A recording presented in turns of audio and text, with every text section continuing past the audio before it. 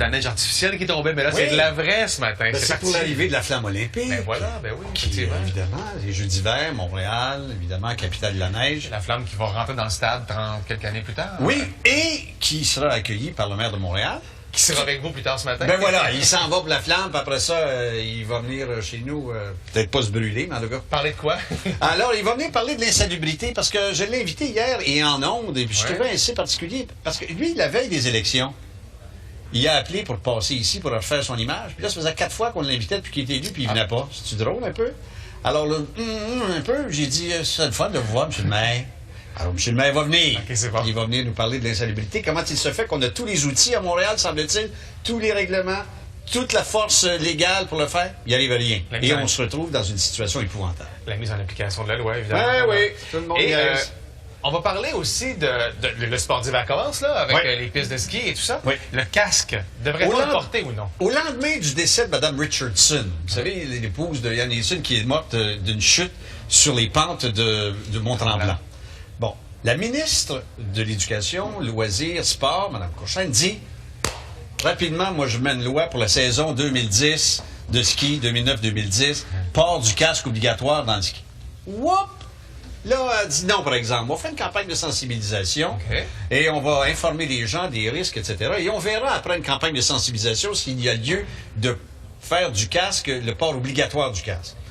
Évidemment, elle a répondu au lobby de l'industrie. Donc, aujourd'hui, on va parler à un urgentologue qui va nous dire que lui, il est pour le port du casque et pourquoi pas. Et à l'association des propriétaires de stations de ski qui se demandent pourquoi. Moi, je pense qu'ils sont pas contre, c'est qu'ils se demandent comment ils vont l'appliquer. Puis ils se demandent s'il y avait des gens chez eux qui ne le portaient pas malgré cela. Est-ce qu'ils en porteraient, eux, une responsabilité? Et est-ce que c'était à eux à faire la police? Je suis sûr que c'est ça qui va arriver dans leur réponse. Toujours est-il que moi, ça fait plus de 40 ans que je fais du ski. Puis je mets un casque depuis quelques années. Puis je me sens pas plus momoune pour ça. Non, pas du tout. Même, Puis, tu sais, tu comprends?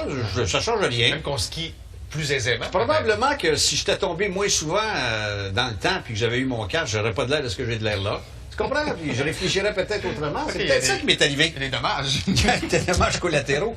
Mais plus sérieusement, c'est assez curieux.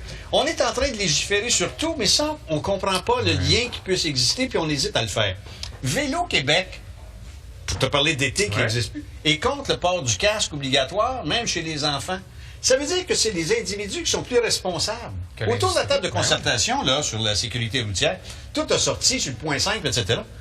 Mais Vélo Québec a dit il y a d'autres problèmes que le casque pour les vélos. Ben oui, on comprend. Mais nous aussi, on a plus qu'un problème dans la vie, puis on essaie d'en gérer plus qu'un à la fois. Surtout que c'est pas un immense dossier à gérer et à régler, mais les conséquences pourraient être Moi, je me minimisées, rends ça compte serait que bon. les parents sont peut-être plus avancés pour ce Ouais, qui est du port c'est du vrai. casque, parce que je ne peux pas imaginer, moi, mon petit-fils, aller sur son vélo à 2 roues puis pas mettre son casque. Non. Je peux pas imaginer ça. Ni en ski. Puis chez nous, on a commencé à porter le casque pour le ski, puis il n'est plus question d'aller sur une pente de ski sans casque. Que ce soit rien pour donner l'exemple aux plus jeunes, Ouais. ou même nous, se sécuriser. Tu sais jamais une chute à plus bête. Une maladresse, que ça. quelqu'un de Ah coupe oui. et tout ça. Ah oui. Puis il n'y a plus de monde, ces pentes de ski qu'il y avait. L'achalandage est plus important. Le sport a changé. C'est plus la même glisse que c'était. Non, Bon, c'est ça. tu portes ton casque, voyons donc. Moi, en tout cas, je suis pas meilleur skieur, puis il me semble que ça m'aide de ne pas être meilleur skieur avec un casque. Si tu rencontres un érable, au moins, tu sais. Il y a ça. Une épinette, là, Il y a ça. solide. on Je s'en n'avais parle jamais bien. rencontré, je n'ai jamais rencontré, puis j'ose pas rencontrer, fait que je m'équipe. Au moins, t'as le casque. Ouais. C'est correct, ça? C'est On va ben, faire une c'est promotion. hyper logique, oui. Ben aujourd'hui, fin de d'ailleurs, journée, c'est là. quasiment tiens, mets ton casque avec la bras. Oui, mais à Montréal, il y avait le frère de Tremblay qui disait mettez des crampons. Oui. Comme piéton, on pourrait mettre un casque. Oui.